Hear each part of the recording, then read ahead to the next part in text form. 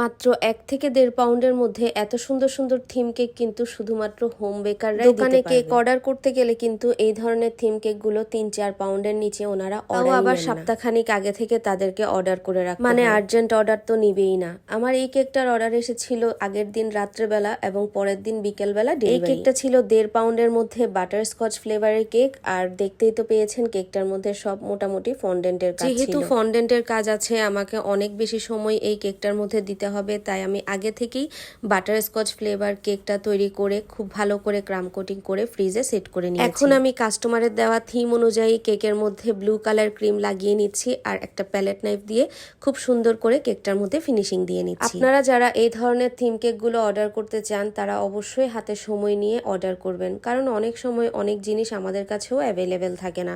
আপনারা যদি মিনিমাম 2-3 দিন আগে আমাদের কাছে অর্ডার করেন তাহলে আমরা কিন্তু জিনিসগুলো আনিয়ে রাখতে পারি। এছাড়া অন্য কেকের অর্ডারের প্রেসার থাকলে তো তখন এরকম আর্জেন্ট কেকের অর্ডার নেওয়াও যায় না। আমার ইচ্ছে করে না কোনো কাস্টমারকে না করে নিরাশ করতে, কিন্তু যখন পারি তখন অবশ্যই নেই, বাট যখন পারি না তখন না বলতে বাধ্য হই। যেহেতু আমি একা হাতে কাজ করি আর ফন্ডেন্টের কাজগুলো করতে অনেক সময় নিয়ে করতে হয়, যার কারণে ফন্ডেন্টের কাজগুলো সেভাবে স্পেসিফিকলি ভিডিও করা হয়। আমি অফিস স্ক্রিনে ফন্ডেন্টের সমস্ত টপার বানিয়ে নিয়েছি। এখন কাস্টমারের দেওয়া ডিজাইন অনুযায়ী ফন্ডেন্টগুলো একে একে কেকের মধ্যে সেট করে নিচ্ছি। অনেকেই ফন্ডেন্ট নিয়ে কাজ করতে গিয়ে নানা ধরনের সমস্যায় ভোগেন। ফন্ডেন্ট নিয়ে যদি যে কোনো ধরনের টিপস আপনারা আমার কাছ থেকে জানতে চান তাহলে অবশ্যই কমেন্ট করবেন। এই ভিডিওতে কমেন্ট করবেন, আমি আপনাদের রেসপন্সের উপর ভিত্তি করে আমি অবশ্যই ফন্ডেন্ট নিয়ে আলাদা একটা ভিডিও আপনাদের সঙ্গে শেয়ার করব, যেখানে আমি আপনাদেরকে ফন্ডেন্ট নিয়ে নানা ধরনের টিপস শেয়ার করব। মানে কোন কোন কাজগুলো করলে ফন্ডেন্ট গলবে না সহজে, কিংবা কিভাবে কাজ করলে ফন্ডেন্ট নিয়ে খুব সহজেই আপনারা কাজ করতে পারবেন,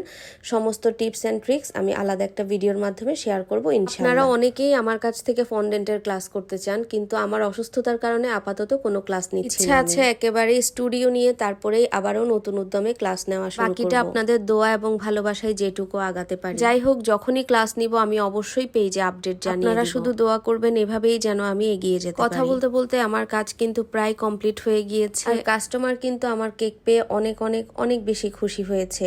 কেকটাতে আরো একটু বেশি সুন্দর লাগার জন্য আমি কয়েকটা সুগার বল অ্যাড করে দিচ্ছি, যেটা কিনা কাস্টমারের দেওয়া পিকচারে ছিল না, বাট আমি মনে হয়েছে একটু গর্জিয়াস লাগবে, তাই আমি কয়েকটা সুগার বল ছড়িয়ে ছিটিয়ে দিয়ে মাঝে মাঝে সুন্দরের জন্য কেকের মধ্যে নিজে থেকেও অনেক কিছু অ্যাড করে দিই, যেটা পেয়ে কাস্টমার নিজেরাই অনেক বেশি খুশি। কেকটার অর্ডার ছিল 1.5 পাউন্ডের, কিন্তু কেকটা বানানোর পর হয়ে গেল 2 পাউন্ড থেকে বেশি। আমরা হোম বেকাররা কখনোই কাস্টমারকে বরাবর কেক দিতে পারি না, সবসময় একটু বেশিই দিয়ে। যাই হোক, আমার কেকটা কেমন হয়েছে অবশ্যই ভিডিওতে কমেন্ট করে জানাবেন, ভালো লাগলে লাইক এন্ড শেয়ার করবেন, আর যারা ইউটিউব থেকে দেখছেন অবশ্যই চ্যানেলটা সাবস্ক্রাইব করে সাথেই থাকবেন। আজকে বিদায় নিলাম, আল্লাহ হাফেজ।